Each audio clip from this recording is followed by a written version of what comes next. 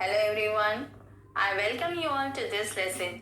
Today I am going to discuss Merchant of Venice by William Shakespeare, Act 2, Scene 1, which takes place at Belmont, a room in Portia's house. So here I begin. Act 2, Scene 1 deals with Portia. The focus is on Belmont, a hall in Portia's house. So now Portia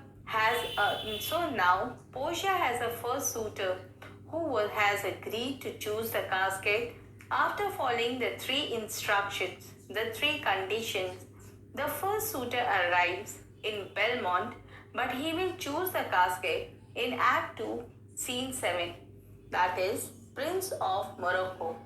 Morocco, mislike me not for my complexion, the shattered livery of my burnished son, to whom I am a neighbor and near bred. Bring me the fairest creature northward born, where Phoebus fire scarce thaws the Iceless, and let us make in season for your love, to prove whose blood is reddest, his or mine. I tell thee, lady, this aspect of mine hath fearnent the valiant, by my love, I swear, the best regarded virgin of our clime, have loved it too. I would not change this hue, except to steal your thoughts, my gentle queen. So Prince of Morocco is dark in color. So this is one of the drawback for him in comparison to other suitors, and most probably he is aware of his color. So he begins his speech in this way.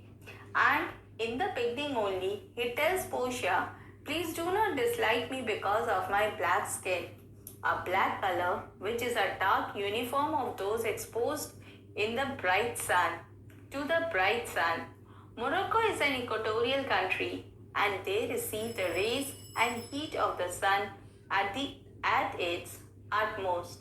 So they are closest to the sun in comparison to any other country, that is, the equatorial country which is the closest to the sun as compared to any other country of the world. As such, they are dark in complexion. So, as he is dark in complexion, so he wants to try some other method to impress Portia. So he is telling, bring me the fairest person born in the north, that is, in the polar regions. People of the old countries are very fair. So he is saying that bring me a person from northern place where the heat of the sun hardly melts the iceless, and then let us make a cut in our skin.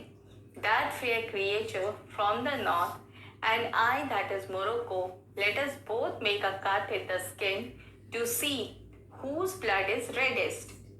Actually, in those days it was believed that the redder your blood is, the braver you are. And so here he wants to prove that he might not be fair as these people, but he would be the braver of the two. And then he says that his appearance has, that is, the dark complexion has terrified the bravest person. Then he swears that his love for any lady who is the choicest maiden of his country, had loved him for his dark complexion. He says he has no problem with his color or complexion, so he would not change his complexion at any cost, unless he is required to gain her attention, that is, only to steal your attention. I might agree to change my color. This is an exaggeration, as it is not possible to change our skin color, which is God gifted. Actually, he is trying to tell Portia that although he is dark, but he is very brave. Perfectly he is cool with his complexion because his appearance had frightened even the most brave person and the most beautiful woman. They had fallen in love with him. So Portia says, in terms of choice, I am not solely led by nice direction of a maiden's eyes.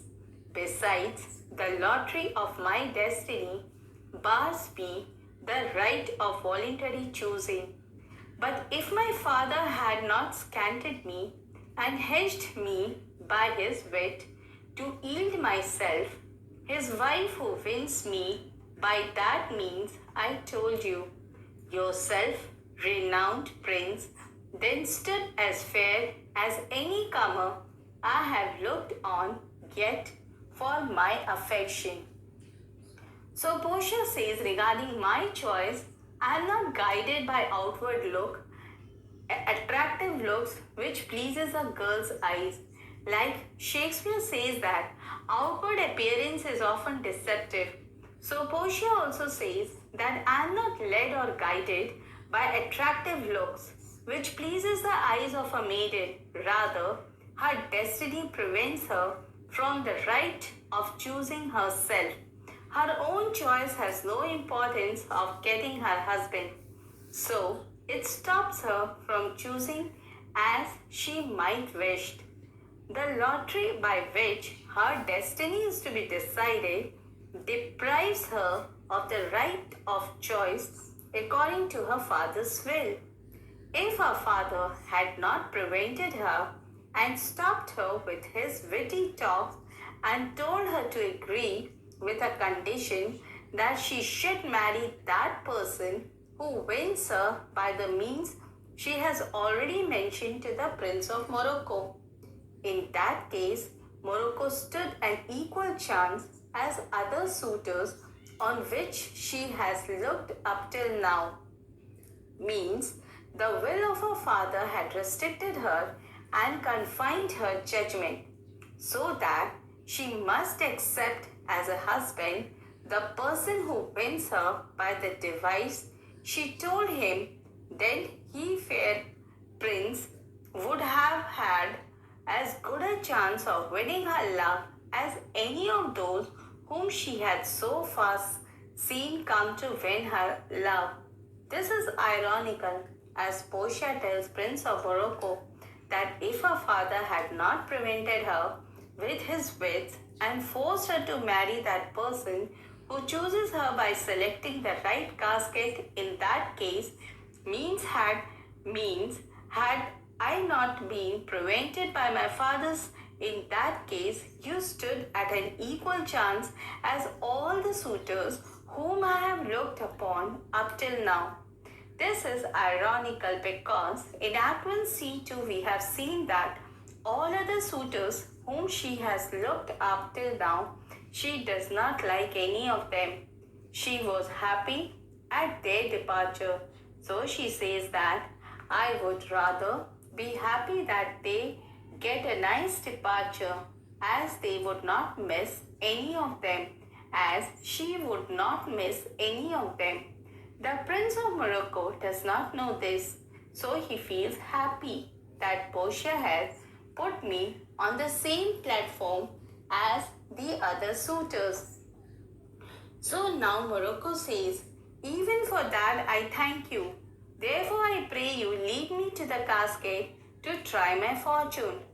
By this scimitar that slew the Sophie and a Persian prince that won 3 fields of Sultan Solomon, I would overstay the sternest eyes that look, outbrave the heart most daring on the earth, pluck the young sucking cub from the she-bear, yeah, mock the lion when he rose for prey, to win the lady. But alas the while, if Hercules and Lichas play at dice, which is the better man, the greater throw may turn by fortune from the weaker hand, so is Alcide beaten by his pages, and so may I bind blind fortune leading me, miss that which one unworthier may attain, and die with grieving.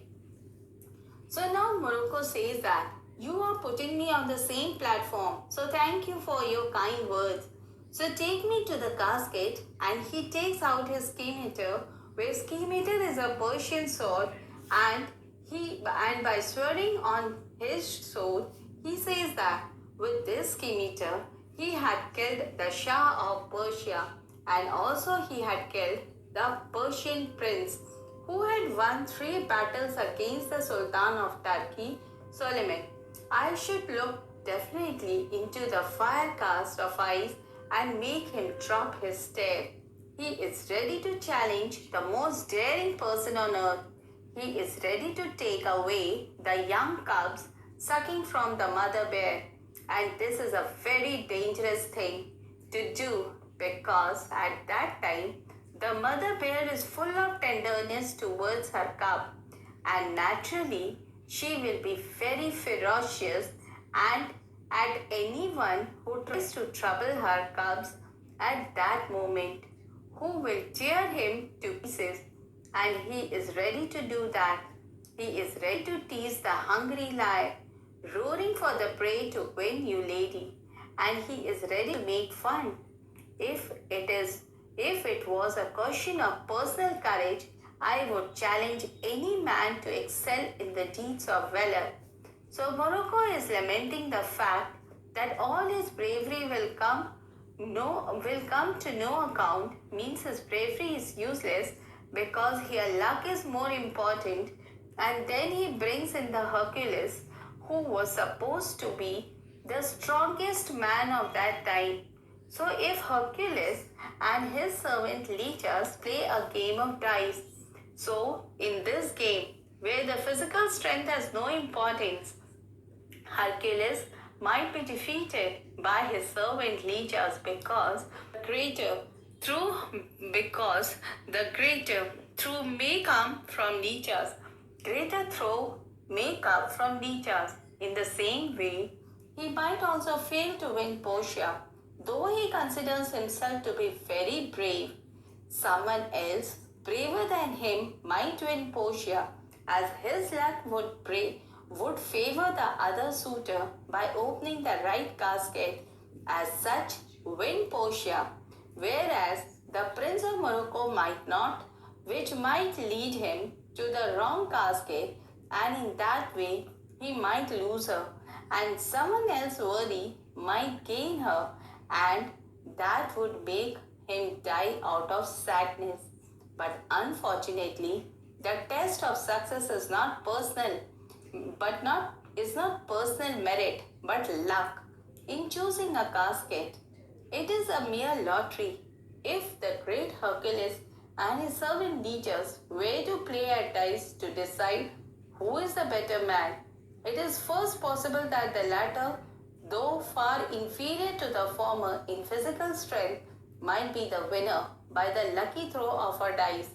The weaker hand may thus beat a decidedly better man at a game of chance. Superiority in such a case would be decided by a mere chance. So, if I have only the blind fortune to lead me, I may win that Portia, which an unworthy person may gain and would die of sorrow. So Portia says, you must take your chance and either not attempt to choose at all. So swear before you choose. If you choose wrong, never to speak to lady afterward. In way of marriage, therefore be advised. So Portia says and reminds him that you may take your chance and either you don't make an attempt to choose or swear before choosing. And then he is going to swear before choosing that you will not propose to any other lady by way of marriage. And then he is going and bidding farewell to his old master.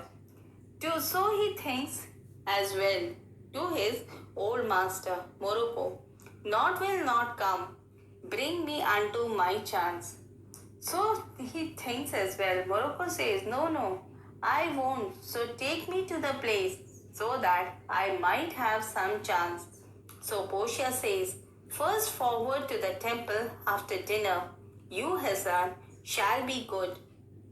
Portia says, let us first go to the temple and after dinner your choice will be made. That is, make your choice after the dinner. So Morocco says, good fortune then. to make me blessed or cursed among men. So Portia wishes that he should be attended by good fortune. So to make him happy, he should be attended by a good fortune. And if he loses, if he loses, he would be the most wretched man. And if he wins, he would be the most happiest man. So here Act 2, Scene 1 comes to an end. So with these words, dear children, I end my Act 2, Scene 1. I hope this lesson would be beneficial for you in your study. Thank you.